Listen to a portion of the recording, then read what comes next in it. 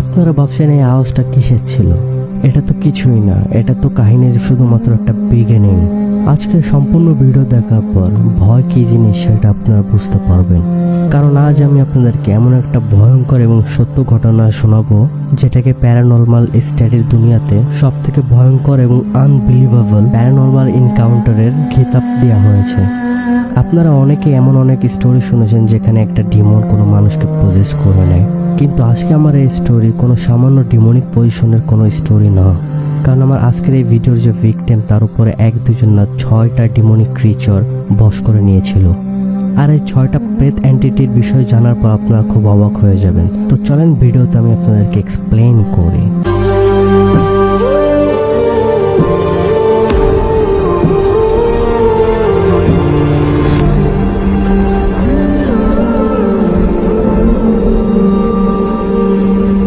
এই কাহিনীটা হলো অ্যানেলিয়াস মিশেল নামের এক মেয়ের, যার জন্ম 21 সেপ্টেম্বর 1952-তে এক অ্যাথলিট পরিবারে হয়েছিল। অ্যানেলিয়ার মা বাবা খুব ধার্মিক ছিল।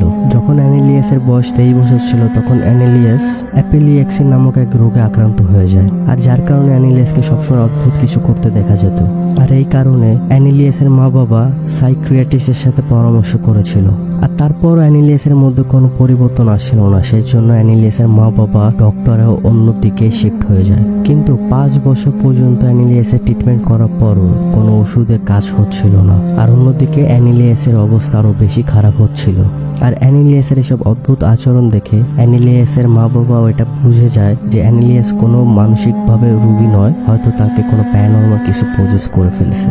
তারা চার্চের সাহায্য নেওয়ার সিদ্ধান্ত নিয়ে নেয়। অ্যানেলিয়াসের প্যারেন্টসরা প্যাস্টার অল্ট নামক এক পাদ্রীকে ঘরে ডাকে। প্যাস্টার অল্ট দেখতে পায় অ্যানেলিয়াস নির্জীব বস্তুর মতন নিচে পড়ে আছে, আর সে ওখানেই পি করে সেই পি নিজেই খাচ্ছিল। অ্যানেলিয়াসের মুখে ভয়ঙ্কর হাসি দেখে প্যাস্টার অল্ট এটা বুঝে গিয়েছিল যে অ্যানেলিয়াসকে কোনো একটা ভয়ঙ্কর এন্টিটি পজেস্ট করেছে। পাদ্রী অ্যানেলিয়াসের ফ্যামিলিকে বলে খুব তাড়াতাড়ি অ্যানেলিয়াসকে এক্সোরসিজম করতে হবে, যেন অ্যানেলিয়াস খুব তাড়াতাড়ি ঠিক হতে পারে। সে আরো একটা পাদ্রীর সাহায্য নিয়ে এই প্রথম এক্সোরসিজমটাকে সম্পূর্ণ করে। আর সেই এক্সোরসিজমে তারা জানতে পারে যে অ্যানেলিয়াসের উপরে 1-2 না 6টা প্রেত আত্মা ভর করেছে। আর এর পরিণামস্বরূপ ওই পাদ্রীদেরকে আরো অনেকগুলো এক্সোরসিজম করতে হয়েছিল।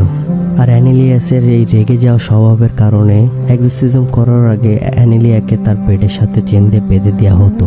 আর এই এক্সোরসিজম করার পরে যেসব রহস্য বেরিয়ে আসে সেটা আসলে খুব অদ্ভুত এন্ড আনবিলিভেবল। অ্যানেলিয়ার শরীরে থাকা সেই 6 জন প্রেত আত্মার নাম শুনে আপনারা অবাক হয়ে যাবেন। নিরো, যে রোমান সাম্রাজ্যের জুলিও ক্লডিং ডাইনামিকের শেষ শাসক ছিল। জুডাস ইস্কারিওট, যে জিজাসের 12 শিষ্যর মধ্যে এক আর ধর্ম প্রচারের মধ্যে ছিল, আর এই জিজাসকে ধোঁকা দিয়েছিল। কেন, অ্যাডাম আর ইভের 2 সন্তান ছিল, যার ভিতর বড় ছেলের নাম ছিল কেন আর ছোট ছেলের নাম ছিল ইভেন। হিটলারকে তো আপনারা সবাই চিনেন, যার কারণে লাখো কোটি মানুষের জান গিয়েছিল। ভ্যালেন্টিন ফ্রেশম্যান, 1600 শতাব্দীর একজন বদনাম পাদ্রী, যাকে মদ পান, মার্ডার এবং রেপের কারণে রোমান সাম্রাজ্য বরখাস্ত করে দিয়েছিল।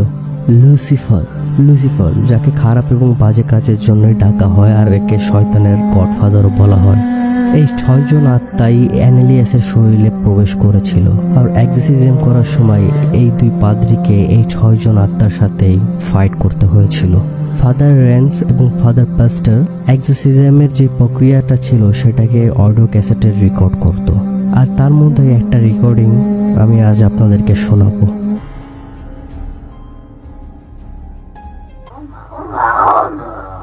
Warum?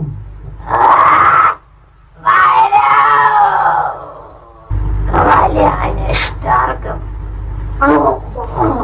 Hartmaul konfrontierte.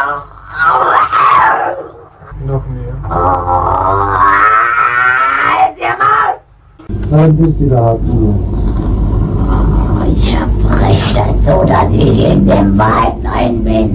Ich trag dir die Rotznasen noch so lang, bis es lebt wird. Die saublöde Weib. Für uns geht's kein Zurück. Nee, in alle Ewigkeit.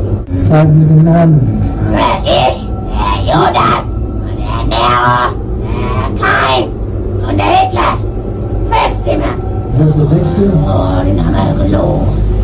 আর এই এক্সোসিজম করার সময় অ্যানিলিয়াস এতটা উগ্র স্বভাবের হয়ে যেত যে সে তার পরিবারের উপরে হামলা করে দিত।